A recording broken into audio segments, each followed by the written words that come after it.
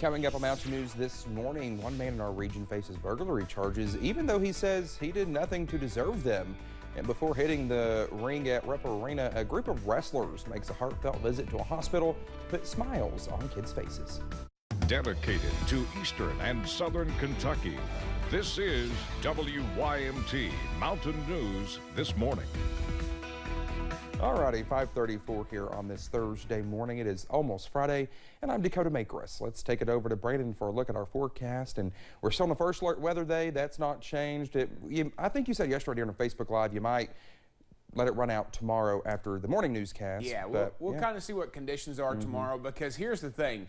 It's not going to be one of those days where it's going to be a widespread snow event, but we could get some slick spots a little bit later, especially if you get a little bit of snow in your area. Higher elevations, we've already seen a little bit up on top of Pine Mountain there, Whitesburg Mountain a little bit earlier, but this morning we're kind of watching it roll across. The heavier bands are back out toward Louisville, and we're going to continue to see that moisture come off of the Great Lakes. So you could get an intense burst of snow at some times. You could get just some light snow at some times. You could have no snow at some times. So again, it's one of those situations where it is not going to be an all-day snow. That's why we're not forecasting much in the way of accumulation. So again, back and forth this morning, some widely scattered snow showers in parts of our region. Temperatures cooling off a little bit there. Buffalo Mountain, not as much snow up there. It's hard to tell, though. I don't believe we can see too much snow on the grass up that way, but there was some on top of Pine Mountain, which is a little higher, I think, than Buffalo Mountain. It's pretty similar, I think. 34 up that way, 34 in Hazard, 34 in Pikeville, 35 in London, Irvin as well, 34 in Moorhead, 30 in Wise, one of the cooler spots this morning. 37, though, in Ashland, Manchester, Middlesboro, Monticello, and Jacksboro. We need that to come down another couple degrees. Exactly where it was this time yesterday in Hazard. Many other spots cooler this morning by several degrees. Heading up to about 36 this afternoon. I know we're at 36 in a lot of areas. We'll continue to drop for a little while this morning and then rebound back into the mid to upper 30s later this afternoon. Dakota? All right, Brendan, thank you. Police in Whitley County are asking for your help with finding a missing woman. Well, this is 48-year-old Angelia Satterfield. She was last seen on January 23rd at Cumberland Falls State Resort Park. She's 5'4", weighs about 160 pounds, and has brown hair and hazel eyes. Whitley County Dispatch tells WYMT Satterfield battles with depression and anxiety and requires medication she does not have. If you've seen her or have any information on where she might be, you're asked to call Whitley County Dispatch or Kentucky State Police Post 11. Well, Whitley County man is facing burglary charges. Police say Austin Epley was on another man's property just off of Highway 6 in the Woodbine community of Whitley County. However, Epley says his intentions were not illegal. He says he is homeless and he went inside to go to sleep because it was cold and he thought the place was abandoned. Moments later, Epley says there was a gun pointed at his face. No, I've passed it several times and it's like it was abandoned, you know what I mean? And I just went there and went to sleep.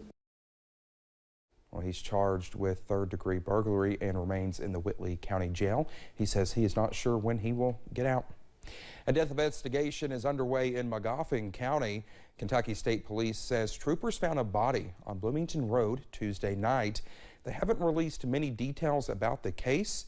Well, they say the cause of death is being investigated and the victim was taken in for an autopsy. The name of the person has not yet been released, and of course we'll keep you updated. Well, one man is dead following an incident that happened after a traffic stop in Pike County. Kentucky State Police says a trooper stopped a car on US 23 on Wednesday in Pikeville, and during the investigation, 51-year-old Daryl Gooseland ran away and jumped into the Leviza Fork of the Big Sandy River.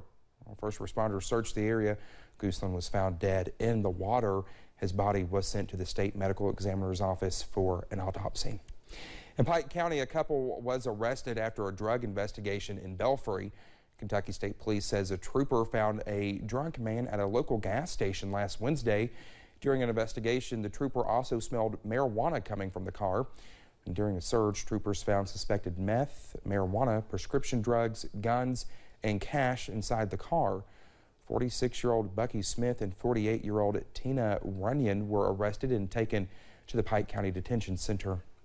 Well, the Knox County Sheriff's Department is looking for two men following a shooting in the Gray community yesterday. Deputies say 21-year-old Timothy J. Holland and 39-year-old Ricky Lee Smith were arguing, and it led to a shooting. Officials believe one person was shot, but both men left the scene before deputies arrived. If you have any information on their location, you can call Knox County Dispatch. One family is looking for a place to live after a fire destroyed their home. It happened Tuesday night in the Sloans Valley community of Pulaski County. Firefighters from the Tatesville Volunteer Fire Department, the Burnside Fire Department, and the Parkers Mill Fire Department all responded. We were told the fire already engulfed the home before crews arrived at the scene. Officials say the family living there was able to escape, but they lost everything. There's currently no word on the cause of that fire. A former lieutenant colonel with the Kentucky State Police was sentenced in federal court on Wednesday. A judge sentenced retired State Trooper Michael Crawford to 8 months in prison. It comes 4 months after he was convicted of conspiracy to defraud the U.S. government. He illegally obtained weapons from the state police armory. Crawford was indicted along with former Scott County Coroner John Goebel, who was also convicted in the case. He will also be on supervised release for 2 years. A Kentucky State Police captain is suing the agency due to discrimination. Captain Jennifer Sandlin serves as post commander for Post 13 here in Hazard. She's the first woman to serve as commander in Post 13's history. She filed a lawsuit in August claiming discrimination because she was passed over for promotions that were given to colleagues who were men. A KSP spokesperson says the agency does not comment on pending litigation. Sandlin was awarded a Lifetime Achievement Award in November of 2022. Well, last night, professional wrestlers hit the ring at Rupp Arena, but before they entertained the fans, some of the wrestlers spent the morning visiting some fans at UK Hospital. Jim Stratman got to follow around those wrestlers who say meeting some of the kids inspired them. It's not every day that you get to meet a hero. After I leave here, I'm going to lay down. I'll probably cry. And, you know, big guys cry. But I'll probably cry because something has touched me. These professional wrestlers, well, they got to meet some heroes of their own at UK Children's Hospital. And just as my positivity can positively affect, a child in a hospital, their drive and their determination, their will to continue, their will to fight for life is something that kind of helps me personally as well, too. Before All Elite Wrestling hosts their live event at Rupp Arena, a group of members from AEW spent some time visiting kids in the hospital. Hall of Fame wrestler Jake Roberts has been doing these kinds of visits for years. Each one is special to him. I've got 11 grandchildren so far, and I've got 2 that were born under 2 pounds. So they've spent a lot of time in some of the best hospitals in the country. It's critical that you keep their mind in a good place. It encourages them to fight harder because they do know that people outside of that room care. It's our job to give people a distraction, give them a chance to feel something different, and just to go out in the community and just to meet people and give them a chance to put a smile on their faces. And that's what this is all about for these wrestlers. Connecting, smiling, and showing these kids that they care. Wrestling helped save my life in a way that is personal for me, and it might do that for some other people. Reporting in Lexington, Jim Stratman, WKYT. Well, just ahead this morning, an award show that celebrates the best of bad cinema makes a change to its nomination process after receiving some backlash. And temperatures will stay a little chilly today, but some relief from the cold is coming, at least briefly. I'll have the latest in about 3 minutes.